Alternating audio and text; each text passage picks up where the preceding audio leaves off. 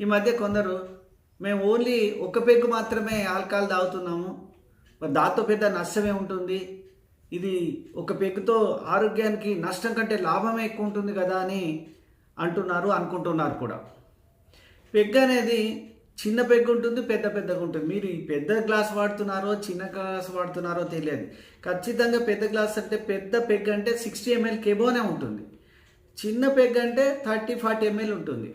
కానీ ఒక వ్యక్తి వారానికి 21 యూనిట్ల కంటే ఎక్కువ తీసుకోవడానికి వీల్లేదు.